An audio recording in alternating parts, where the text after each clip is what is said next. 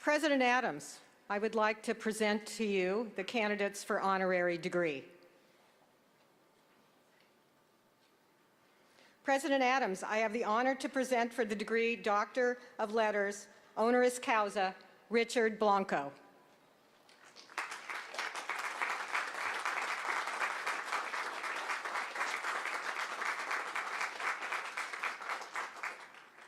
Richard Blanco, civil engineer, teacher, and above all, poet. Not only do you speak up for the extraordinary value of human diversity, you embody it. The fifth inaugural poet in our country's history and the youngest person ever so designated. You are the first immigrant, the first Latino, and the first openly gay writer to fill that prestigious role. Your poem, One Today, which you read at President Obama's second inauguration, celebrates the diversity of America under one sun, one light, one sky. Boston Strong, written and performed to benefit those most affected by last year's Boston Marathon bombing, predicted that this spring we all would see that Boston is, quote, the city still a city, but a whole lot stronger. Your collections of poetry and your recent memoir use language in all its contradictory musical and emotional complexity, realizing its capacity to articulate the human journey in terms far beyond the merely discursive. Winner of numerous literary prizes and honors, you are a poet of stories, a poet of humor, a poet of original perception, a poet of courage, a poet of love. Your generous and bright-hearted way of saying how it feels to be fully present in two or more places at once is an inspiration in our country of immigrants. Your commitment to the art of poetry is a legacy to all the young poets and writers who will follow your lead and deploy the music of language to turn their urges and insights and losses and loves into, as you wrote, the strangely familiar, old yet new, sharp yet dull, bright yet muted, like those few minutes some mornings in bed, with half my life still in a dream and the other half of me being born anew into the miracle of yet another morning. By the authority of the Board of Trustees of Colby College, I confer upon you, Richard Blanco, the degree of Doctor of Letters, honoris causa, the hood with which you have been invested, and this diploma which I place in your hand are the visible symbols of your membership in this society of scholars, to all the rights and privileges of which I declare you entitled.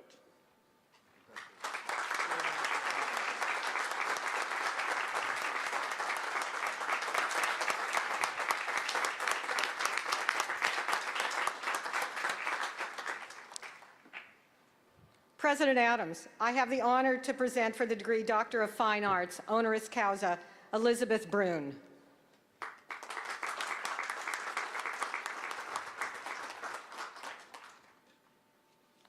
Elizabeth Brune, as the Margaret and Terry Stent Director of the Smithsonian American Art Museum and of the Renwick Gallery for more than 27 years, you have shown us the importance of art in public life and given us a deeper understanding of our country's artistic treasures. Educated at the University of Kansas, you later served as curator and interim director of the Spencer Museum of Art there. You made the Spencer central to the university's academic experience, providing a model for others. As one of the country's foremost museum directors, you have demonstrated how to lead an institution to greatness. In 2006 and 2007, you oversaw renovations of the Smithsonian's old patent office building, giving the museum an expanded public courtyard, education and conservation labs, and a beautifully conceived galleries. You are a renowned art historian. Your catalog of Albert Pinkham Ryder won the prestigious Alfred H. Barr Award for Distinguished Scholarship and helped us better understand the enigmatic writer and his place in the history of art. Your exhibitions, from Man Ray and Joseph Cornell to the Civil War and American art, offered new insights into art and the American experience. Art and its history have never been elitist pursuits for you. Instead, throughout your career, you have made art accessible to a broad public. The education programs you founded at the Smithsonian are exemplary. Your innovative web-based programs and artful connection tours, which enable classroom video conferencing, have made the Smithsonian's collections accessible to millions of teachers and students across the country. You have transformed art and education and the ways in which legions of Americans experience art. By the authority of the Board of Trustees of Colby College, I confer upon you, Elizabeth Brune, the degree of Doctor of Fine Arts, honoris causa, the hood with which you have been invested, and this diploma which I place in your hand are the visible symbols of your membership in this Society of Scholars, to all the rights and privileges of which I declare you entitled.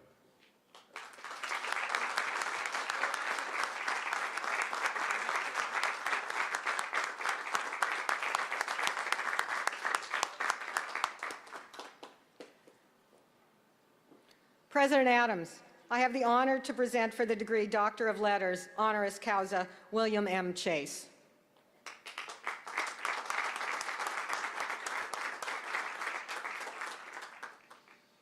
William M. Chase, teacher, believer in verities, writer of On Common Grace and Insight. You are among the nation's most eloquent advocates for liberal arts education and most persistent critics of the trappings that have placed such education beyond the reach of many deserving families. Your student days at Haverford College and the University of California, Berkeley, inculcated in you a reverence for great teaching and a lifelong commitment to the rigorous study of literature. You were professor of English at Stanford and a scholar of James Joyce, Ezra Pound, and T.S. Eliot, when in 1982 you were named the university's Associate Dean of Humanities. That led to service as Stanford's Vice Provost for Academic and Planning and Development, and then to the presidency of Wesleyan University. You have called your time in Middletown the hardest years of your life, as your efforts to right the university's finances and remind the institutions of its core mission as an undergraduate liberal arts college worked against the grain of prevailing sentiment. At Wesleyan, you also advanced the cause of diversity, even as the campus experienced unprecedented racial strife and protest.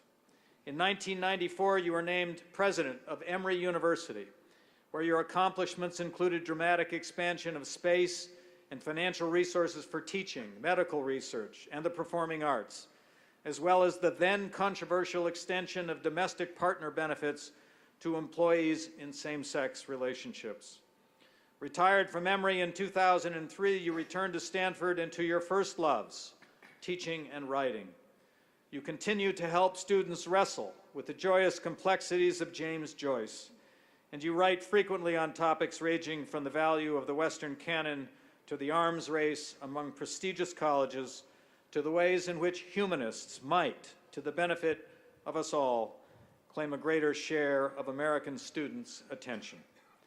By the authority of the Board of Trustees of Colby College, I confer upon you, William M. Chase, the degree of Doctor of Letters, honoris causa, the hood with which you have been invested, and this diploma which I place in your hand are the visible symbols of your membership in this Society of Scholars, to all the rights and privileges of which I declare you entitled.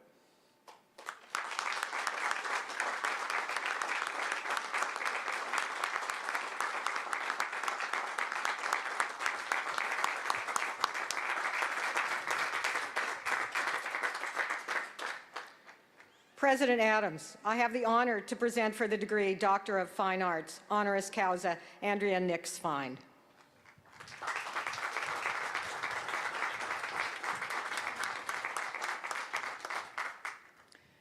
Andrea Nix Fine, documentary filmmaker, Oscar, Emmy, and Sundance Award winner. You made your first documentary during your last semester at Colby and discovered, you said, that filmmaking just made you spark. After graduation in 1991, you went to work immediately in the industry you loved, eventually landing at National Geographic as a videographer.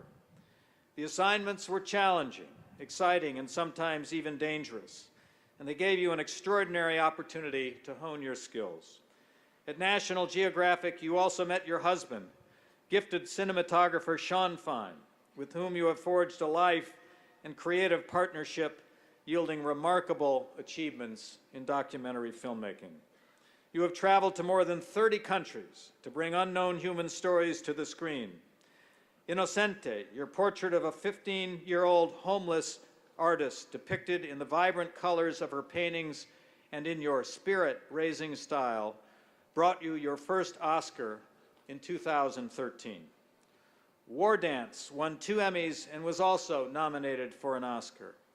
Your filmmaking balances the courage to brave uncomfortable situations and dangerous places with a transcendent sensitivity that honors the beauty and strength and dignity of young war orphans in Uganda, of a homeless teenager in California, and in your most recent feature, Life According to Sam, of a young boy with a rare and fatal disease. Committed to advancing social justice, you have stayed true to what you see as the mission of documentary, to give voice to the forgotten.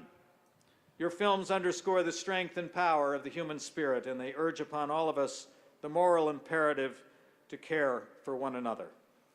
By the authority of the Board of Trustees of Colby College, I confer upon you, Andrea Nix Fine, the degree of Doctor of Fine Arts honoris causa. The hood with which you have been invested and this diploma, which I place in your hand, are the visible symbols of your membership in this Society of Scholars, to all the rights and privileges of which I declare you entitled.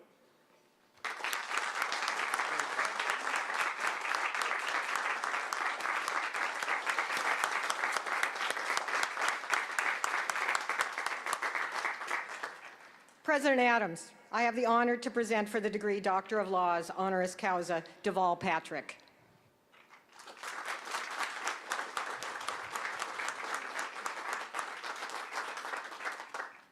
Deval Patrick, both leader and servant of the people.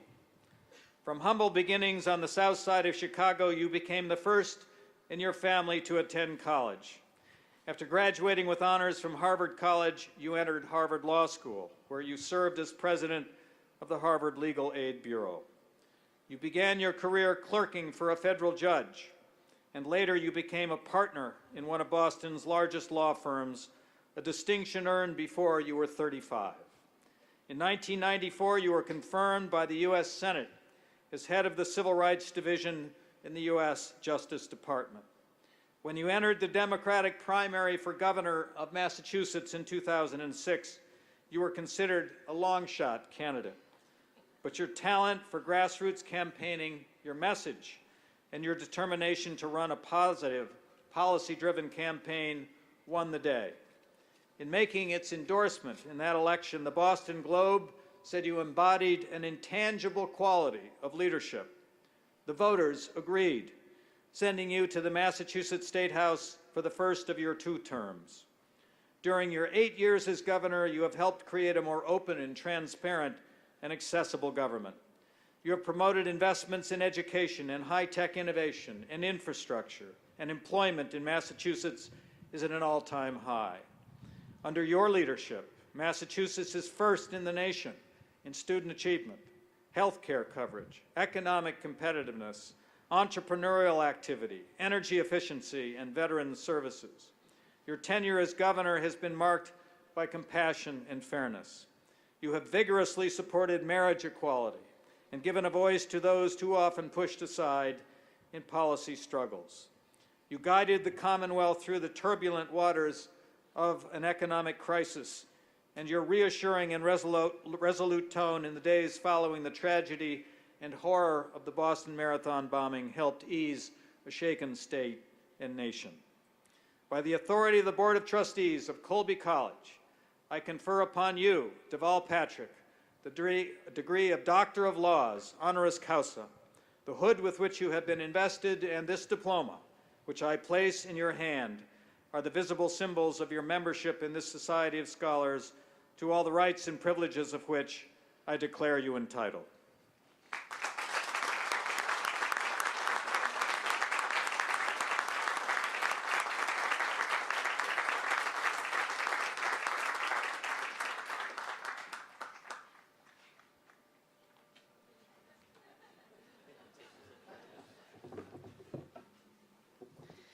Dean Kletzer, I have the honor to present for the degree of Doctor of Letters honoris causa, William D. Adams.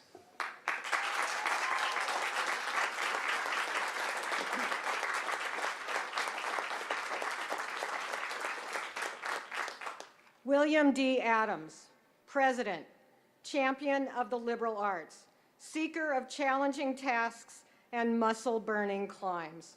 You graduated from the Holderness School and enrolled in Colorado College, but your formal education was interrupted by service in the Army, including a tour in Vietnam as combat infantry advisor. You returned to Colorado serious about your studies, seriously opposed to war, and seriously engaged with questions about the nature of human life and work and thought. You earned your PhD at the University of California, Santa Cruz, went to France as a Fulbright scholar, and taught political philosophy at Santa Clara University and at the University of North Carolina. You directed the Great Works program at Stanford University, joined Stanford colleague and mentor William Chase at Wesleyan University as vice president and secretary, and took up your first presidency at Bucknell University in 1995.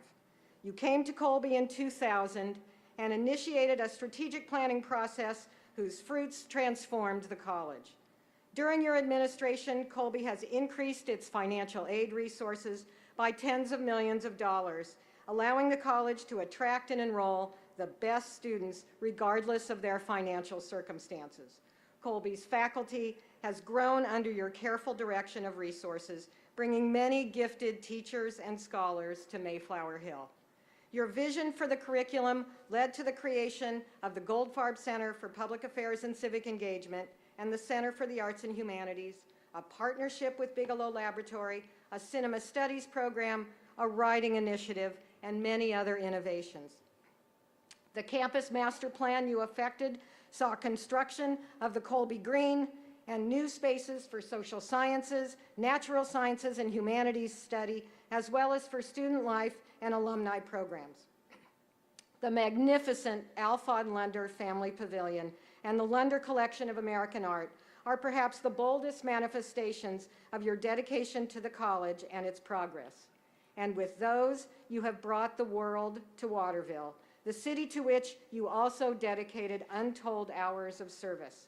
You are renowned among colleagues in higher education and beyond as an extraordinarily influential and accomplished leader. You are President Barack Obama's choice for chairman of the National Endowment for the Humanities, a fitting post for a dedicated and eloquent advocate for the humanistic disciplines.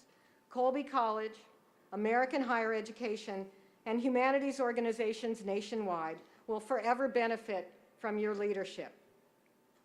By the authority of the Board of Trustees of Colby College, I confer upon you, William D. Adams, the degree Doctor of Letters honoris causa, the hood with which you have been invested, and this diploma, which I place in your hand, are the visible symbols of your membership in this society of scholars to all the rights and privileges of which I declare you entitled.